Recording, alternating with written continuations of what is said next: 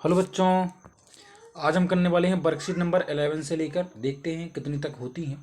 तो चलिए बच्चों शुरू करते हैं। इससे पहले की जो वर्कशीट है उसकी लिंक जो है डिस्क्रिप्शन में मिल जाएगी, और इसके बाद वाली जो वीडियो है उसकी लिंक भी डिस्क्रिप्शन में मिल जाएगी, तो वहाँ से जाकर आप अन्य सब्जेक्ट की भी वीडियो देख सकते हैं। ठीक है बच्चों, चलिए शुरू करते हैं। देखिए, इतना स्पेस तो नहीं है कि मैं आपको सॉल्व करके बता पाऊँ, लेकिन मैं जो बोलता हूँ उसको आप ध्यान से सुने, पेन कॉपी लेकर बैठे तो आप प्रत्येक क्वेश्चन को सॉल्व आसानी से कर सकते हैं। ठीक है, यदि आपको क्लियर नहीं दिख रहा है तो वीडियो की क्वालिटी जो है इंक्रीज कर लीजिए, जिससे आपको साफ दिखे। चलिए शुरू करते हैं।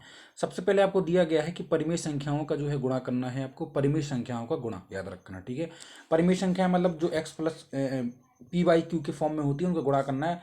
बिल्कुल इजी है। इससे पहले की वर्कशीट में मैंने आपको बताया है कि पी वाई क्यू जो होती हैं उनका गुणा हमें क्या कैसे करना पड़ता है, ऊपर ऊपर नीचे नीचे। तो बस एज वेल एज कुछ नहीं करना है। जैसे आपको पहला हम जो ले लेते हैं 3/11 और 14/5, तो 3 का 14 में गुणा करेंगे और 11 का 5 में, तो 42/55। ठीक है, बस इतना याद रखना है। यदि माइनस माइनस का गुणा होता है तो वो प्लस बन जाएगा। ठीक है, और यदि इसमें से एक भी माइनस की होगी तो वो माइनस में रहेगी। ठीक है, अब देखो दोनों माइनस की हैं ऊपर की, तो इधर प्लस का आ जाएगा 461, और नीचे तो है ही प्लस में, तो 121 हो जाएगा। ठीक है, 4×5 = 20 और 12×5 = 60। ठीक है, अगला है आपका 1 का 8 में हुआ तो 8×1 = 8, और 10 - 30 हो जाएगा। ठीक है, अगला है भाग। एज वेल एज भाग में जो फॉलो होगा, जो भी मल्टीप्लाइड में होता है वही भाग में होता है, याद रखना। ठीक है, तो भाग में भी एज वेल एज होगा। जैसे आप माइनस का भाग प्लस में करेंगे तो आंसर माइनस में आएगा। ठीक है, अब भाग में होता क्या है कि दूसरी भिन्न जो है गुणा करके उल्टा कर दी जाती है। जैसे मैंने इसको ले लिया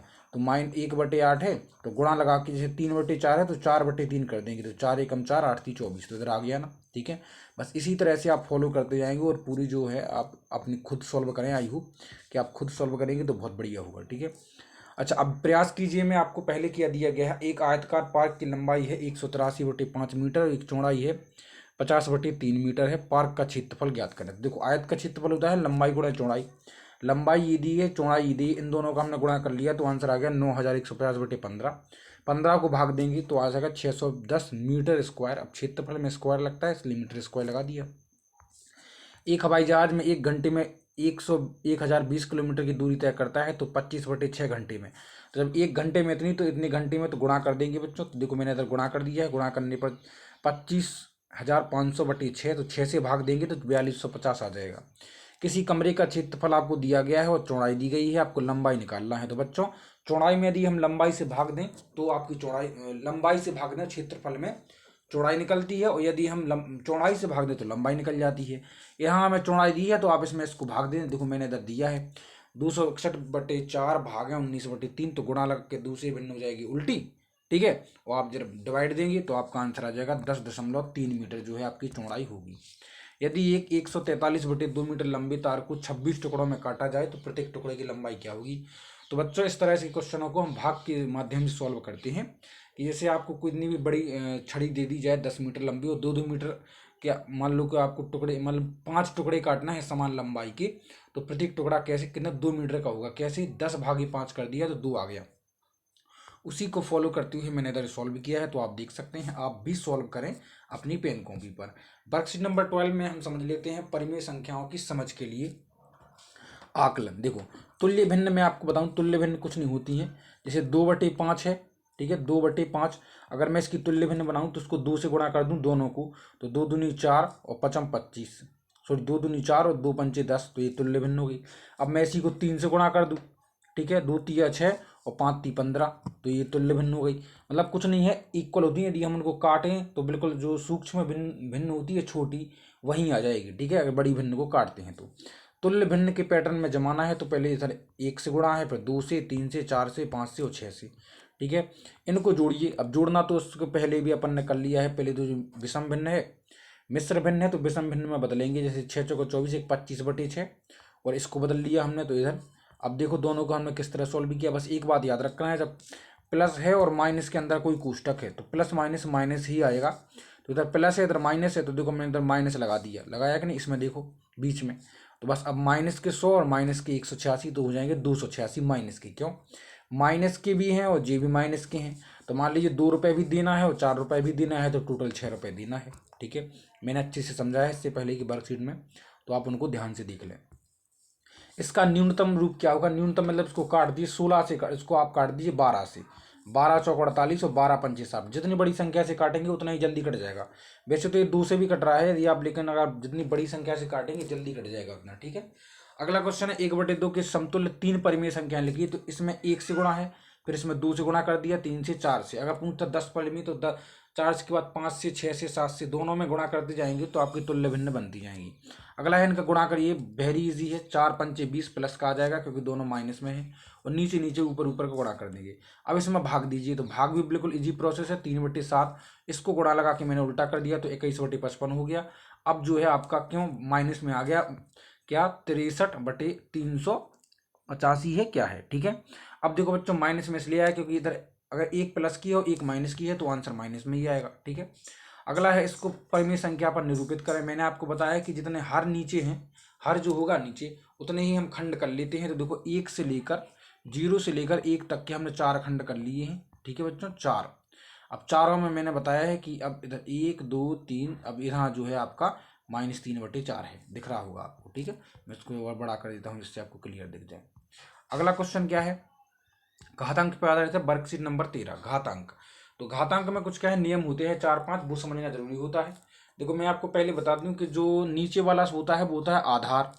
ठीक है, और जो ऊपर वाली संख्या होती है वो होती है घात, जो छोटी चढ़ाई जाती है। ठीक है, और जिस संख्या पे जितनी घात चढ़ी होती है उसको उतनी बार मल्टीप्लाई करती है। जैसे 2 की घात 4 है तो 2 गुणे 2 गुणे 2 गुणे 2। ठीक है, 2 यानी इसका आंसर आ जाएगा 16। 2 दूनी 4, 4 दूनी 8, 8 दूनी 16। ठीक है, 16, 2 की घात 4 बराबर 16। गुणा करेंगे जैसे आप, अभी नहीं समझ में आ रहा है कोई बात नहीं, आगे चलते हैं तो उनको समझ लेते हैं। ठीक है, जैसे कि 2 की घात 6 है तो 2 को 6 बार गुणा किया, 64 आ गया।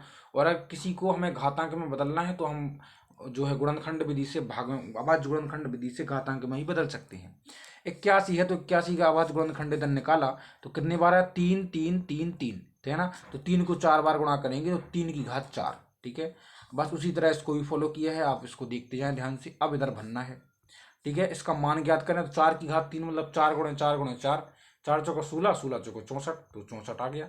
8 की घात 2 बराबर 64 हो जाएगा। अब 2 की घात 4 मतलब हो गया 16, और 5 की घात 4 है ना। तो इसको हम इस तरह से भी सॉल्व कर सकते हैं कि जैसे ऊपर वाली जो घात अंक हैं वो हैं इक्वल। ठीक है, तो नीचे का गुणा कर दो, 5 दूनी 10 की घात 4, और 10 की घात 4 हमेशा 10,000 होगा। ठीक है, अब 12 गुणे 4, 12 की घात 4 है तो इसका आंसर ये आ जाएगा 20,736। उसी तरह इनको घातांक रूप में, घातांक इनको कैसे बनाएंगे हम, इनको हम बना देंगे अभाज्य गुणनखंड विधि। जैसे 405 है ना, 405 को आप इस तरह से निकालें, पहले जो आपका जाएगा किससे, 3 से चला जाएगा है ना। तो इस तरह से निकालेंगे तो 3 की घात 4 गुणा 5 की घात 1 बन जाएगा। ठीक है, 729 का 9 की घात 3 भी लिख सकते हैं आप। ठीक है, अगला है 128 का 2 की घात 7, 49 का हो जाएगा 7 की घात 2, 7 से 49 होता है क्योंकि। वर्कशीट नंबर 14 में एक ही आधार वाली घातांक को गुणा, यदि आधार एक ही हो, याद रखना, जैसे आधार जैसे 7 की घात 5 है और गुणा 7 की घात 10 है तो आंसर आ जाएगा आपका 7 की घात 15। याद रखना, आधार बराबर है तो घातांकों का प्लस हो जाता है।